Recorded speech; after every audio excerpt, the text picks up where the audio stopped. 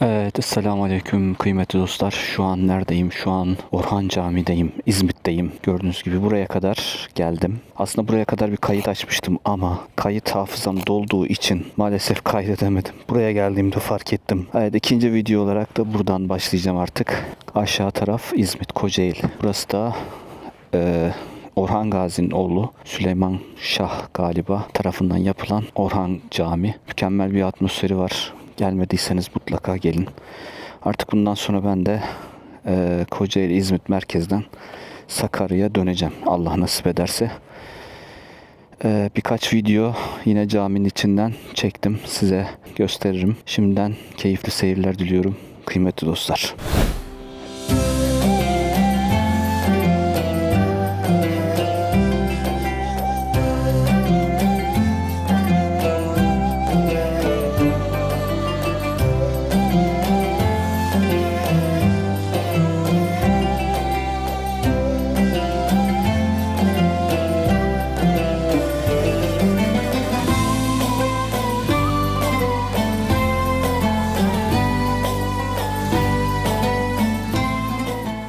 Dostlar, buraya gelene kadar acayip bir rampa çıktım. Yani bir ara rampada durdum. Döneyim dedim. Dönerken motor düşme noktasına kadar geldi. Yani bir ADV falan olsaydı muhtemelen düşürmüştüm. Yatırmıştım motoru ama PCX'i tutabildim çok şükür. Çok dik rampası var. Arabayla gelebilirsiniz. Şu üst taraflarda araba park yerleri müsait. Gerçekten şurada oturup manzarayı da seyredebilirsiniz. Caminin müthiş bir avlusu var. İçi de çok güzel. Tavsiye ederim dostlar. Videoyu da burada girmek zorundayım. Buradan devam edeceğiz. Allah nasip ederse. Şu bir geçsin bakalım. Şimdi buradan aşağı kadar inip rampaya bakar mısınız dostlar? Ben dedim bir ara PCX çıkmayacak ama vallahi çıktı yani. Hadi Bismillahirrahmanirrahim. Şuradan ben. Şu oyuklardan da dikkatli geçmek lazım.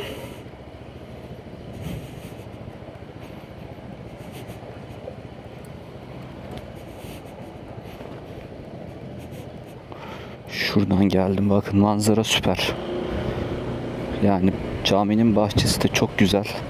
Bu camide cuma namazında dostlar kılınçla hutbe veriliyormuş. Gelenek bozulmamış. Ne zaman çıktı o gelenek bilmiyorum. Ama bu camide cuma namazları kılınçla, imam hutbeye kılınçla çıkıyormuş. Allah nasip ederse bir günde cuma günü cuma namazına gelirim. Ama gerçekten ciddi yollar, böyle çok hem dik hem de böyle parke taşlı, ama parke taşlar da böyle çok değil. Düzgün değil yani. Buraya kadar geldim dostlar. Video çektiğini zannediyordum. Bayağı da çektim yani. Ama çekmemiş. Çok üzüldüm. Çok güzel manzarası var dostlar. Ama çok da dik. Hadi bakalım. Şimdi İzmit merkeze ineceğim. Merkezden tekrar Sakarya'ya döneceğim. Hem İzmit merkezini görürüz hem de nereden gidiyorduk? Soldan. Bir araba çıksa. Bakın burası da hamam. Evet, buradan nereden gidiyoruz? Soldan mı?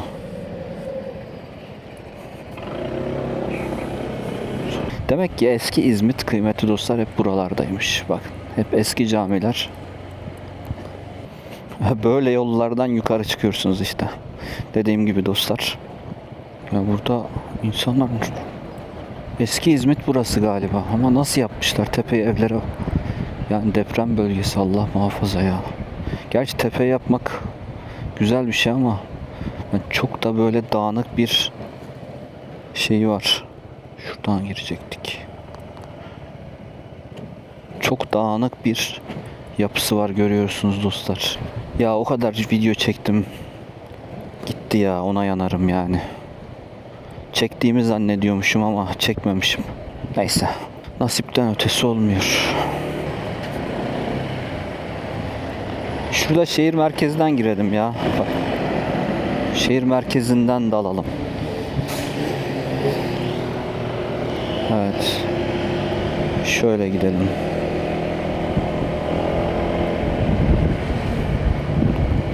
Şimdi şu ortada görünen yürüyüş yolu kıymetli dostlar.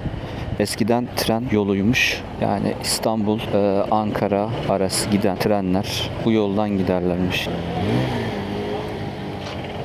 O yüzden bakın sağda solda koca koca büyük çınar ağaçları mevcut. Ama artık tren yolunu alt tarafa aldıkları için bu büyük çınar ağaçları kalmış sadece ve orta kesimdeki tren yolunu da yürüyüş yolu olarak yapmışlar. Bu yol İzmit'in en meşhur yolu diyebiliyorum. Çark Caddesi neyse, Sakarya'nın Çark Caddesi neyse burası da sanırım öyle bir yer. Şimdi İzmit merkezden yavaş yavaş önce bir Sembol AVM'ye uğrayacağım. Orada ufak bir şey alacağım. Daha sonra da oradan kıymetli dostlar Sakarya'ya devam edeceğiz Allah nasip ederse.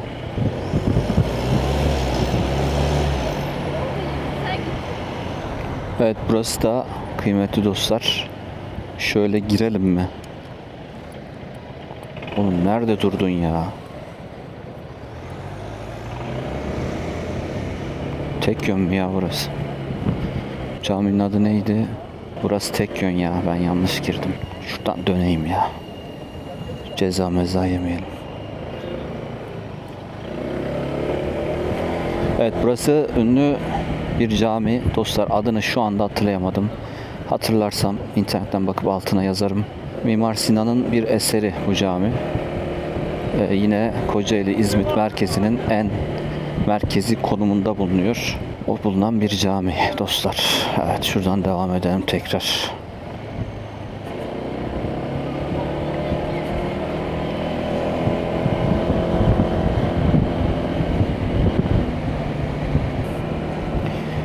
Şurası rektörlüktü. Hala orası mı? Yok, araştırma ve uygulama hastanesi, uygulama merkezi olmuş. Burası eskiden hatırladığım kadarıyla Perşembe pazarıydı. Vay be, çok değişmiş ya. Bugün pazar günü trafikte tabii burada çok olur. Ama Allah'tan motordayız yani. Motor olduğu için belki bu trafik bizi çok da etkilemeyecek. Şöyle soldan giriş yapsam.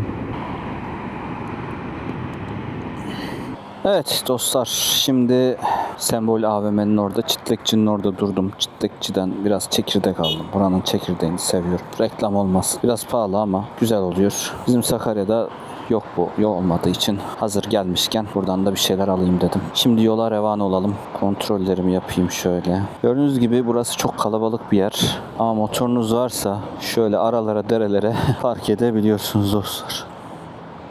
Saat kaç? 3:45. Şu anda Kocaeli Sembol AVM'deyim. Bakın kuyruğa bakın dostlar. Şimdi buradan bir geri döneyim. Evet dostlar, geri İzmit yönünden şimdi şöyle Osman Gazi Köprüsü İstanbul Ankara yazan yeşil tabelaya doğru Kuzey Marmara yani O4 müydü? Evet, O4 yolundan Sakarya'ya doğru gideceğim. Allah nasip ederse. Şöyle sağ sinyalimi de yakayım. Daha sonra o Akmeşe civarından çıkacağım. Akmeşe'den çıkıp Sakarya, oradan geçeceğim arkadaşlar. Aslında Seka Park'a falan gitme niyetim vardı. Ama moralim çok bozuldu dostlar. Başka zaman artık başka bir İzmit ziyaretimizde de Seka Park'a veya başka yerlere gideriz. Ama gittiğim yer gerçekten çok güzeldi. Orhan Camii. İnanılmaz manevi atmosferi yüksek olan bir yer kıymetli dostlar. Eğer yakınsanız oraya gitmenizi tavsiye ederim. Bir avlusu var. Avlusundan komple İzmit ayaklarınızın altında. Her tarafı görebiliyorsunuz. Körfezi görebiliyorsunuz. Müthiş bir manzarası var. Caminin içi müthiş bir gül kokusu kokuyor. İç taraf komple böyle ne diyeyim ahşaptan yapılmış. Muhtemelen restorasyondan geçirilmiştir. Yani Osmanlı tarihinin günümüze kadar gelmiş eserlerinden bir tanesi. Ta Orhan Gazi zamanından gelmiş bir eser dostlar. Oraya gittik işte. Orada biraz vakit geçirdim. Sonra video kameraya bakayım dedim. Kamera yani yerden dolayı kaydetmemiş. Kaskın içinden de normalde uyarı sesi veriyor ama kaskın içinde olduğu için de duymadım. Velhasıl moral bozuldu. Moralim bozulduğu için artık dedim eve döneyim. Birkaç İzmit'in içinden geçip eve döneyim dedim. Evet, HGS'ye geldik. Şu sağ taraftaki kameranın plakamı okuyacak ve bariyeri açacak. Gördüğünüz gibi. HGS almıştım motoruma daha önceden. HGS şöyle ki bankadan aldım. Yani kredi kartıma indeksli. Belli bir limitin altına düşünce otomatik olarak yükleme yapıyor. Zaten çok otobanını da kullanmıyorum ama ne olur ne olmaz diye almıştım. Bir kart geliyor. O kartı saklıyorsunuz. O kart bir işe yaramıyor. Direkt plakadan arkadaşlar sizi şey yapıyor. Plakadan okuyor ve bakiyeden düşüyor. O şekilde çalışıyor. Yani herhangi bir etiket, arabadaki olduğu gibi etiket yapmanıza motora da gerek kalmıyor. Bir tane kart gönderiyorlar, HGS kartı. Ben internette bir yerlerde duymuştum. Yani o kartla plaka değişimi de yapılabiliyor gibi. Ama araştırmadım çok, sadece duyumum bu şekildeydi. Bilen arkadaşlar varsa yoruma da yazabilir. Şimdi yavaş yavaş yaklaşık 30 kilometremiz var. 30 kilometre sonra, 30-40 kilometre sonra Sakarya'da Akmeşe çıkışından Allah nasip ederse çıkacağız dostlar. Otobanda çok kesmeyeceğim dostlar. Böyle biraz uzun bir video olsun istiyorum. Yavaş yavaş şöyle 4. şeride konumlanayım. Kuzey Marmara Otoyolu 4 şeritli bir yol. Geniş bir yol. En sağ şeritte kamyonlar için ayrılmış. Ben de bir kamyon hızında gitmem gerektiği için zaten motosikletlerin biliyorsunuz hız sınırı kamyonlarla aynı. PCX de zaten bu hız sınırlarına, bu yoldaki hız sınırına maksimum o kadar çıkabiliyor zaten. İsterseniz şurada bir basayım, bakın. Bakalım kaç kilometre hıza gelecek PCX'imiz. 3000'deyken böyle bir hız denemesi yapmıştım. O zaman da yaklaşık 115 kilometre hıza ulaşmıştı. Ama artık tabi bagalar falan aşındığı için şu anda 10 kaç kilometrede, evet 108'e falan, 109. Evet biraz daha yatayım. Yok 109. Evet 109 kilometre hızda. Maksimum 110'a falan çıkıyor arkadaşlar. İlk aldığımda hatırlarsanız ilk videolarımda Bursa'ya giderken bir hız denemesi yapmıştım. O zaman da 115 kilometre hızla gitmiştik. Tabii GPS hızı artı 5 falan oynuyor. 4-5 oynuyor. Yani 115 ile giderken 110 gösteriyor arkadaşlar GPS hızı. Tabii şu anda biraz daha motorum kilometre yapmış olduğu için bagalardan falan belki biraz bakım istiyordur. Hızı 5 kilometre falan düşmüş gibi gözüküyor. Ben çok da basmıyorum. Yani bu ikinci, yani aldığımdan beri ikinci hız denemem, öyle söyleyeyim. Normalde şu böyle yollarda 90, 95, 80. Şimdi bakın 94'te giderken bir şey yok. Hani bir titreme, çok bağırma olmuyor. Rahat rahat bu şekilde gidebilirim gibi düşünüyorum. Ama şöyle 95'i 96 şu anda 96'dan sonra Selam'de hafif böyle bir titreme hissettim. Ama çok hafif. Şu anda hafif titriyor 99-100. Çok değil ama yani ayaklarımda da bir titreşim mevcut. Ama böyle çok rahatsız eden bir şey değil. Yani bu hızla gidilir. Ama idealini soruyorsanız yani şöyle 94, 93, 92 şu hızlar PCX için normal. Bence çok ideal hızı bu PCX dostlar. Evet görüyorsunuz Kartepe sağ tarafta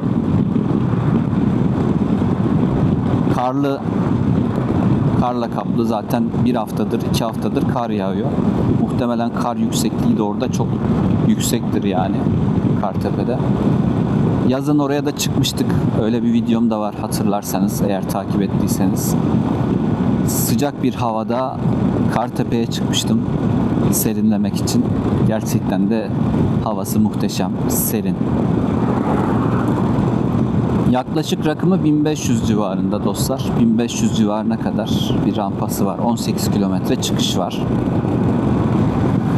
Dağlara çıkmayı seviyorum. Yani Uludağ'a da çıkmıştım hatırlarsanız. Açıklamaya koyarım bu videoları.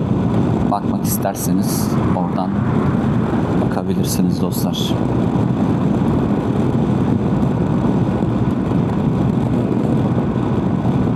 Kuzey Marmara otoyolu bu yol şeye kadar gidiyor dostlar. Hendek'e kadar gidiyor. Hendek'te normal TEM'le birleşiyor. TEM otoyoluyla birleşiyor.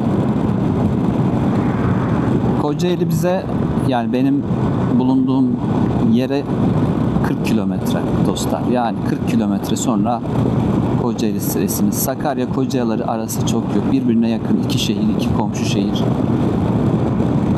Hafta sonu istediğiniz gibi canınız sıkılırsa gidebileceğiniz bir il. Yani Kocaeli'dekiler de tabii ki Sakarya'ya gelebiliyorlar.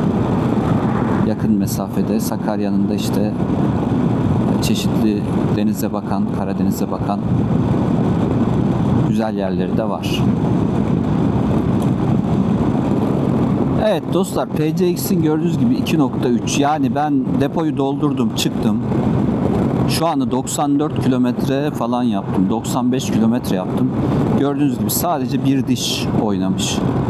Gerçekten PCX'te ne zaman benzin istasyonuna gittiğinizi unutuyorsunuz. En son ne zaman gittiğimi bilmiyorum. Tabii bu kuryeci arkadaşlar için geçerli değil. Onlar hemen hemen 2 günde bir falan benzin istasyonuna gidiyorlardır. Ama benim gibi sadece bu motoru gezmek için kullanan kişiler, işe gidip gelme vesaire gibi kullanıyorsanız 2 haftada bir benzin istasyonuna, belki 3 haftada bir, ne zaman gittiğinizi hatırlayamayabiliyorsunuz. O noktada PCX gerçekten çok kullanışlı. Yani yakıt konusunda. Gördüğünüz gibi 2.3 şu anda yaktı. Biraz hızlı gittiğimden dolayı, bir de gittiğim yerdeki gördüğünüz rampaları, o rampalara çıktık bununla. Ya çıkamaz dedim, tıkanır dedim ama maşallah çıktı. Şu anda da 2.3 yakıt tüketimiyle gidiyoruz. Yani bu şekilde gidersem 90'la 94, 95 bu şekilde gittiğimde muhtemelen 2.4 falan yakıyor. Tabi bu PCX'in bir de şeyi var. Nedir o?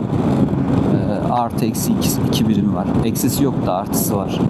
Yani 2.3 diyor ama gerçek tüketimde 2.2'yi, 2.4'ü bulabiliyor. Yani 0.2'li bir üstüne ekleyeceksiniz. 2.3 diyorsa 2.5 o civarlarda yakıyordur yani. Denemelerimizde bu sonuca vardık. Tabii asıl deneme 1 litreyi koyup ne kadar gittiğine bakmak lazım ama onu da kimse yapmaz sanırım. Çünkü biraz zararlı olabilir motorlara. Yani yapılabilir tabii. Yapan arkadaşlar da vardır tahmin. O zaman tam ölçüm belli olur yani. 1 litreyle ne kadar gidiyor. Böyle uzun yolda kıymetli dostlar şu gaz kolunu sürekli böyle yapmanız da gerekebiliyor. Gaz koluyla sürekli oynuyorsunuz. Yani belli bir hızla gidiyorsunuz. Gaz koluyla bu da elinizi yorabiliyor. Gaz kolu elinizi yorabiliyor dostlar. Hani burada bir hız sabitleyici aparatlar var. Hani gaz hızı daha rahat basabileceğiniz, avuç içiyle basabileceğiniz. Çok uzun yol gidiyorsanız yani bu güzel bir olay. Bir kere Bursa'dan dönüşümde o zaman Armutlu Yarımadası'na da gitmiştim. Armutlu Yarımadası'nda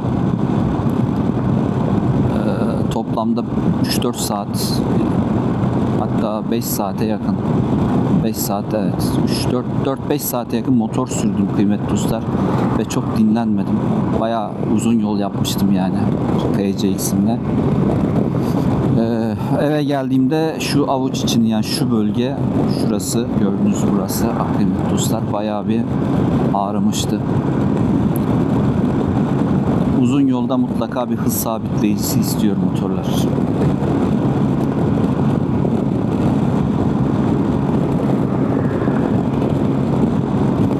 Şu anda da motorum bakalım şöyle. Şu anda da motorum bakın 11.200'de. 11.000 kilometredir sürüyoruz. Bayağı sürdük yalnız. Bu sürüşlerimin çoğu uzun yolda oldu kıymetli dostlar. Ve işe giderken de, işe gidip gelirken ve uzun yol gezmelerimde kullandım. Bayağı seviyorum. Yani motor sürmek çok hoşuma gidiyor. Çok zevkli bir şey. Tabii bu daha üst seviye motorlarda daha da zevklidir, inanıyorum. Hayırlısı bakalım.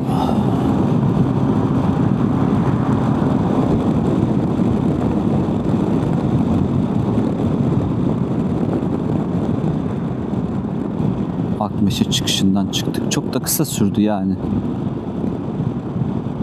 30 kilometre civarındaydı zaten. Bakalım ne kadar bir ücret ödeyeceğiz. Dönüşün 100 ödemiştik. Şimdi 100 olmaması lazım. Benim tahminimi soruyorsanız 80 civarında falan. Akmeşe dostlar, Kocaeli'nin bir ilçesi, hemen yanı başında da Sakarya geliyor. Birbirine komşu. Hava biraz serinlemeye başladı.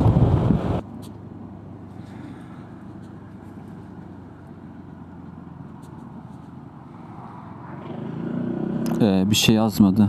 Bedava mı geçtik acaba? Evet, şimdi bakalım nerede? Kaynarca, Akmeşe, Korucuk. Evet, Korucuk. Evet dostlar, şimdi Korucuk tarafına döneceğim. Evet, şimdi hafif biraz köy yollarından gideceğiz. Şimdi şu gördüğünüz tarlalar kıymetli dostlar hep at çiftlikleri. Burada acayip bir at yetiştiriciliği var. Muhtemelen atları da görme ihtimalimiz var. Kaç yıldır Sakarya'daydım, yani burada at çiftliklerinin olduğunu 2 yıl önce öğrendim. Evet, gördüğünüz gibi at çiftliklerinde atlar görünüyor. Biraz uzaktalar, belki kamerada gözükmeyebilir. Asil hayvanlar ya, ben seviyorum atları. Evet, görüyorsunuz dostlar. Burada atlar otlanıyor, besleniyor, koşuyor. Tam istediğim gibi bir video olmadı ama olsun. Bugüne de bir anı bırakmış olduk. Güzel bir gün geçti. Bir sonraki videoyu ne zaman yaparım bilmiyorum. Havalara bağlı. Hava güzel olursa güzel yerlere gitme niyetim var. Bir sonraki videoda görüşmek üzere. Kendinize iyi bakın. Allah'a emanet olun dostlar.